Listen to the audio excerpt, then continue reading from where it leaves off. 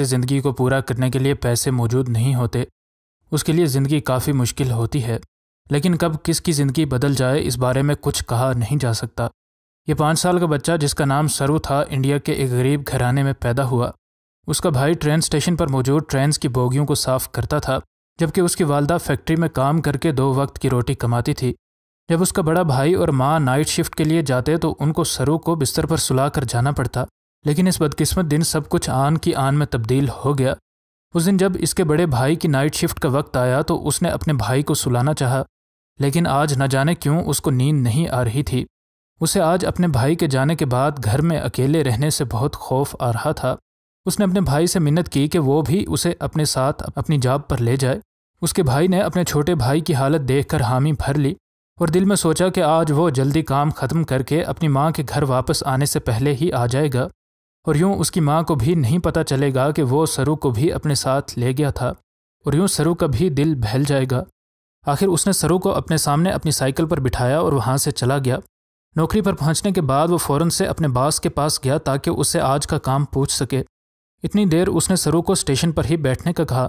جب وہ وہاں سے چلا گیا تو سرو کو بڑا ہی تجسس ہوا کہ وہ دیکھے کہ یہ ریل کی گاڑیاں اندر سے کیسی لگتی ہیں۔ وہ ایک ریل گاڑی پر چڑھ گیا اور کچھ دیر ادھر ادھر گھومنے کے بعد ایک جگہ بیٹھ گیا، اور اسے نہیں پتہ چلا کہ اس کی کب آنکھ لگ گئی۔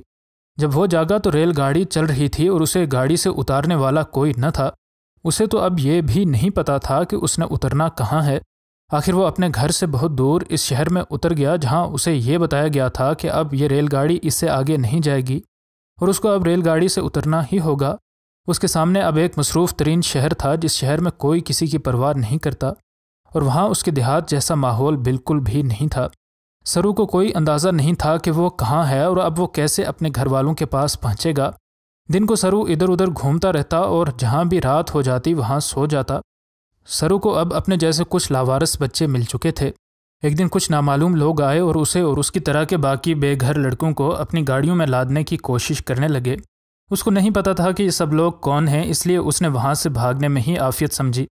گاؤں کی مشقت بھری زندگی نے اسے جسمانی طور پر کافی مضبوط بنا دیا تھا، اس لیے وہ ان لوگوں سے بھاگنے میں کامیاب ہو گیا۔ اب اسے اپنے گھر سے دور کئی دن ہو چکے تھے اور اب بھوک اور تھکان سے وہ نڈھال ہو رہا تھا۔ ایک دن وہ ایک ریسٹورنٹ کے باہر بیٹھا ایک شخص کو کھانا کھاتے دیکھ رہا تھا۔ وہ جن نگاہوں سے اس شخص کو دیکھ رہا تھا وہ اس شخص سے بھی چھپ نہ سکیں، اور یہ شخص اس تک آیا اور اس سے پوچھنے لگا کہ تم ایسی حالت تک کیسے پہنچے اور تمہارا خاندان کدھر ہے؟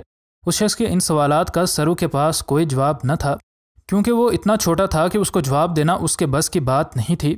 وہ اس بچے کو لے کر ایک یتیم بچوں کی مدد کرنے والے ادارے کے پاس چلا گیا۔ نہ تو اس کو اپنے گاؤں کا نام یاد تھا اور نہ ہی اس کو اپنے والدین کا نام آتا تھا، اس لیے اس کے والدین کو ڈھونڈنا بے حد مشکل تھا۔ اس ادارے نے سرو کو اپنے پاس رکھ لیا۔ ایک آسٹریلوی جوڑا اس عرصے میں ایک بچے کو اڈاپٹ کرنے انڈیا آیا ہوا تھا، اور جب انہیں اس بچے کی تصاویر دیکھیں تو انہیں یہ بہت پسند آیا۔ وہ اسے اپنے ساتھ آسٹریلیا لے گئے جہاں نہ صرف خوراک اور گھر اس کا انتظار کر رہے تھے بلکہ ایک بہترین مستقبل بھی اس کا منتظر تھا۔ آسٹریلیا پہنچنے پر اس کی زندگی ہی بدل گئی۔ اس کے اب اچھے دوست تھے، وہ بہترین اسکول میں پڑھتا تھا اور سب کچھ اچھا تھا، لیکن اس دوران اس کے دل کے کسی کونے میں اس کی ماں کی اور اپنے گھر والوں کی یاد موجود تھی۔ اس نے اپنے کمرے میں اپنے ملک کا ایک بڑا نقشہ لگایا تھا اور وہ جب بھی اسے دیکھتا تو اس کے ذہن میں یہی بات آتی کہ اس کی ماں کس حال میں ہوگی، کیا وہ اپنی ماں سے ایک بار پھر سے مل سکے گا یا نہیں۔ اب وہ کمپیوٹر چلانا بھی سیکھ چکا تھا اور گوگل ارتھ پر کئی گھنٹے اپنے ملک کے ہر ٹرین اسٹیشن کو دیکھتا، لیکن وہ اپنے ملک میں موجود 10,000 ٹرین اسٹیشنز میں سے کیسے اپنے دیہات کے پاس موجود ٹرین اسٹیشن کو پہچان سکتا تھا۔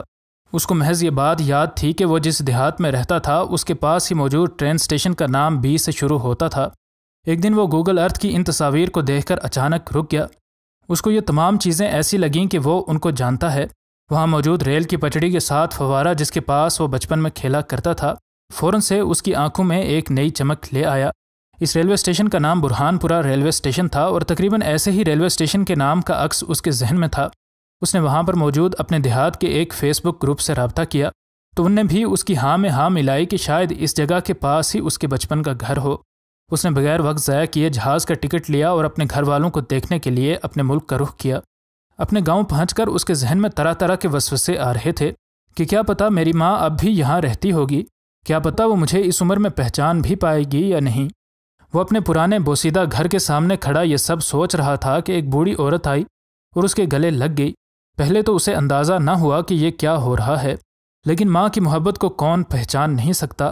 اب ان دونوں کو پوری دنیا مل چکی تھی، لیکن پھر بھی اپنی ماں کی زندگی آسان کرنے کے لیے اس نے اپنی ماں کو ایک نیا گھر خرید کر دے دیا، اور اب یہ ہر مہینے اپنی ماں کو باقاعدگی سے پیسے بھیجتا ہے تاکہ پھر سے اس کی ماں کو کام نہ کرنا پڑے۔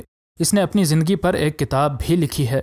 مزید نئی ویڈیوز کے لیے ہمارے چینل کو سبسکرائب کر لیں۔